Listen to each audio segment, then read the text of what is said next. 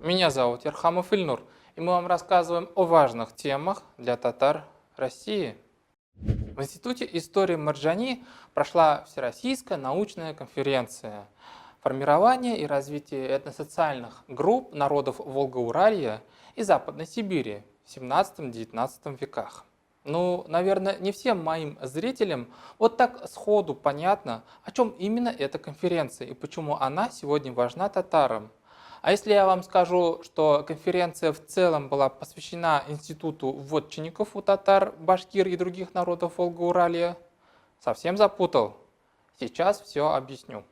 В разгар татаро-башкирской дискуссии ученые-историки и журналисты Татарстана обнаружили, что, оказывается, некоторые группы башкирских историков и политтехнологов занимаются популяризацией одного весьма специфического этноисторического концепта. Суть его заключается в том, что якобы башкиры на протяжении истории формировались в нацию через башкирские племена, а они якобы были зафиксированы в исторических документах и источниках, преимущественно родословной шежере, потому что после взятия Казани в 1552 году эти самые башкирские племена добровольно вошли в состав русского государства и в благодарность за это от Ивана Грозного получили земельные наделы и вотчины.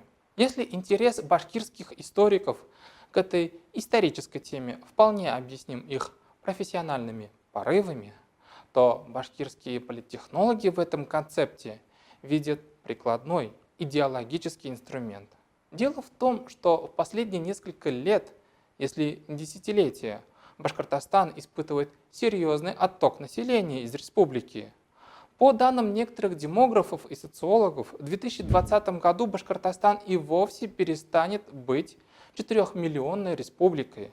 Хотя данные Всероссийской переписи населения в 2021 году должны расставить все точки над «и».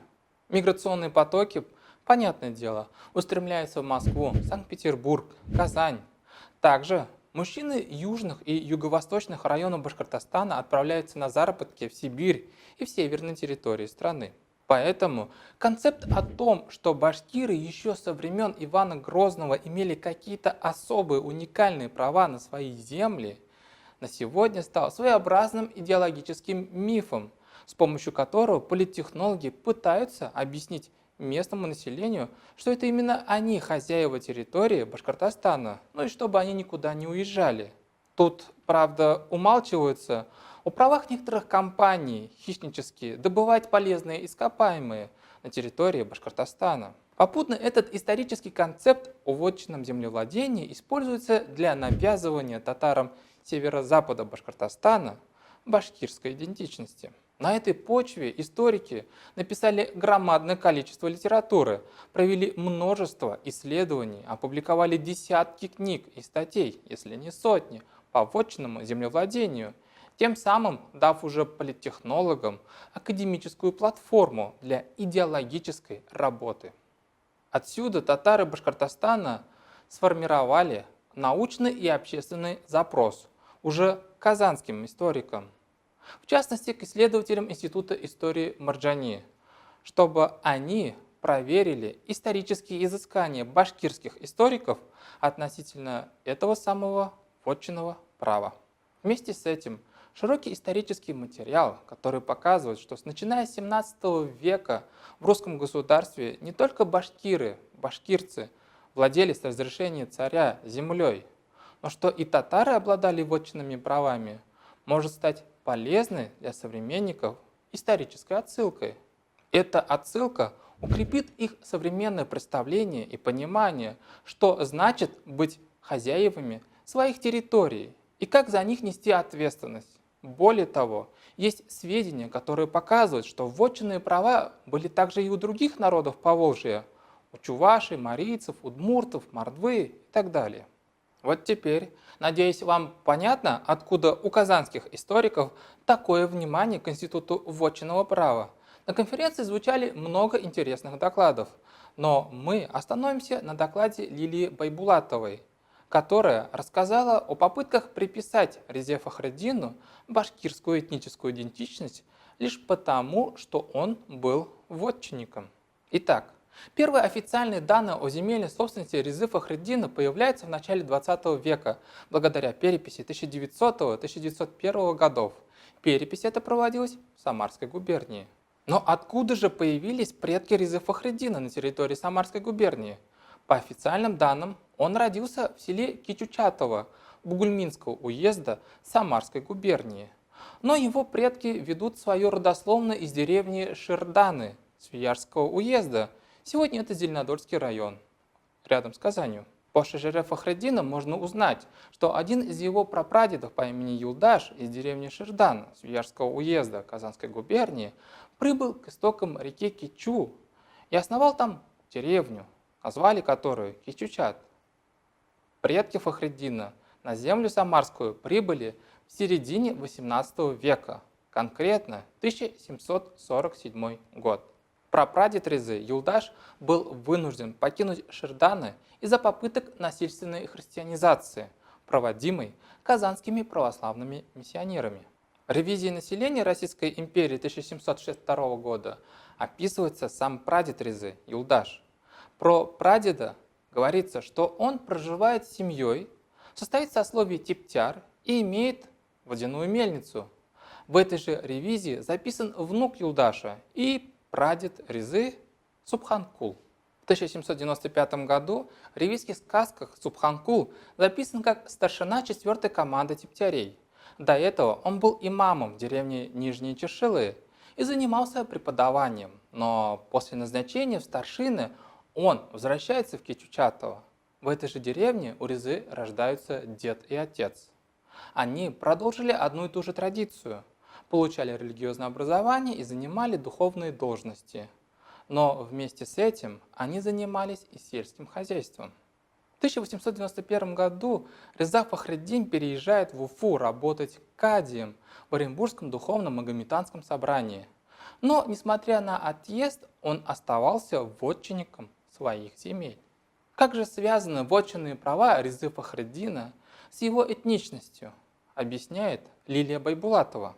Дело в том, что на основании землевладения возникает вопрос его этнической принадлежности.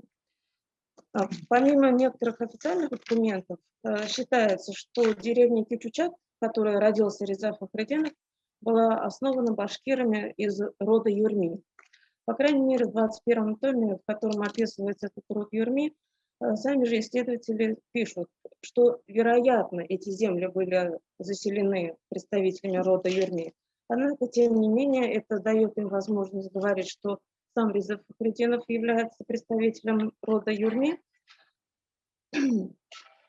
Хотя они отмечают, что эта деревня стала типтярским селением, но говорят, что там жили только типтяри-башкиры, хотя, вот как мы уже отмечали, согласно ревизии, там были и безъясашные, и ясашные татары, и бубыли. Таким образом, только основываться вот на земельной собственности для этнической принадлежности, для определения этнической принадлежности, этносословной принадлежности, не является совсем правомерным, по крайней мере, без основательных доказательств. Резюмируем сказанное Лилией Байбулатовой. Итак, в многотомной серии Салавата Хамидуллина о башкирских родах в книге про род Юрми говорится лишь, что юрмийцы, возможно, еще раз, возможно, основали деревню Кичучат. Ну а из этого очень осторожного тона предположения авторы многотомной башкирской зажигалки делают прямой и бескомпромиссный вывод, что значит Реза Фахретдин был юрмийцем. Вот так еще один миф башкирских этномиссионеров разгромлен казанскими историками. Татары обсудили в Фейсбуке эссе ногайского писателя и публициста, народного писателя Карачаева-Черкесии Исы Суюновича Капаева. Обсудили жестко. Можно сказать, что диагноз Капаеву татары поставили однозначный – татарофоб, не разбирающийся в истории тюркских народов в советский период. Эссе у Исы Капаева названо интригующе «Мародеры Великой Степи». Кого это, интересно, имеет в виду ногайский писатель? По его словам, вот уже продолжительно долгое время, какое именно он не уточняет, нагайцы терпят то, что грабятся их материальные ценности. Нагайская государственность предается забвению, а культура в упадке. Кто же в этом виноват? Ученые, отвечает нам Иса Суюнович. Ну а что за ученые? А это казахские ученые, каракалпакские ученые. Интересно, о ком это он? Узбекские ученые. Более того, сюда же он добавляет и ученых от крымских, казанских и сибирских татар. По словам Исы Капаева, видите ли, эпос у нагайцев появился во времена могущества нагайцев, когда на этих самых нагайцах была возложена миссия по объединению казахов, каракалпаков, узбеков, крымских и казанских татар. А что не так? Почему нагайцы не смогли их объединить, Иса Суюнович? Не смогли нагайцы, потому что это им не под силу?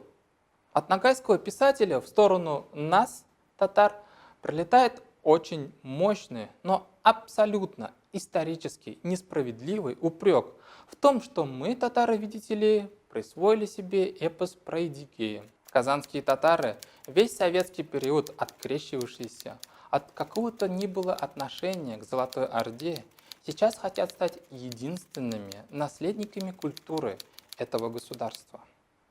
Эпос сугубо кочевого народа Эдигей, опубликованный в Казани в 1988 году, выходит как народный эпос оседлых татар, хотя сводный вариант исторической песни, как указано в послесловии, записан не только у сибирских и астраханских татар, еще в прошлом веке считавших себя нагаями, но в нем использованы песни, бытовавшие у крымских и северокавказских нагайцев. Дальше Иса Капаев набрасывается на русских историков. Делает он это очень аккуратно, бьет четко по русским дореволюционным историкам и послереволюционным историкам. И вот эти злые русские историки пишут свои книги, где территорию Ногайской Орды называют ничейной, пустующей. Причем Иса Капаевич почему-то претендует на территорию всей Золотой Орды, а не просто Ногайской Орды. Аппетиты, конечно, у ногайского писателя будь здоров. И вот на эту ничейную территорию Золотой Ногайской Орды хищнически набросились злые татарские современные историки. Эту мародерскую теорию рьяно подхватили ученые в суверенной Татарии, восстанавливая историческую правду, оживляя страницы захвата Казанского ханства, возмущаясь исторической наукой прошлых лет. Такие ученые, как Равиль Фахруддинов, начали новый виток обмана, в свою очередь, сами обижая собратьев и претендуя на роль старшего брата в российском тюркском мире. Возмущает Капаева в историческом тексте Равиля Фахруддинова тот факт, что, оказывается, историк Золотую Орду называет татарским государством. Капаев вообще указывает нам, татарам, что наш этноним татар на самом деле не наш, что мы просто какие-то там казанлы. В своем эссе «Мародеры Великой Степи» Иса Суюнович еще делает реверансы в сторону булгаристов. Ну и заодно диалекты астраханских сибирских татар Капаев называет чуждыми казанскому татарскому языку. Я не понял, казанские татары с Луны свалились, что ли, на головы современным тюркским народам России? Эссе это Иса Суюнович опубликовал в книге «Бессмертная степь» в 2008 году. Опубликовал он эту книгу каким-то образом в Астане. Хотя по казахам он не слабо так проезжается.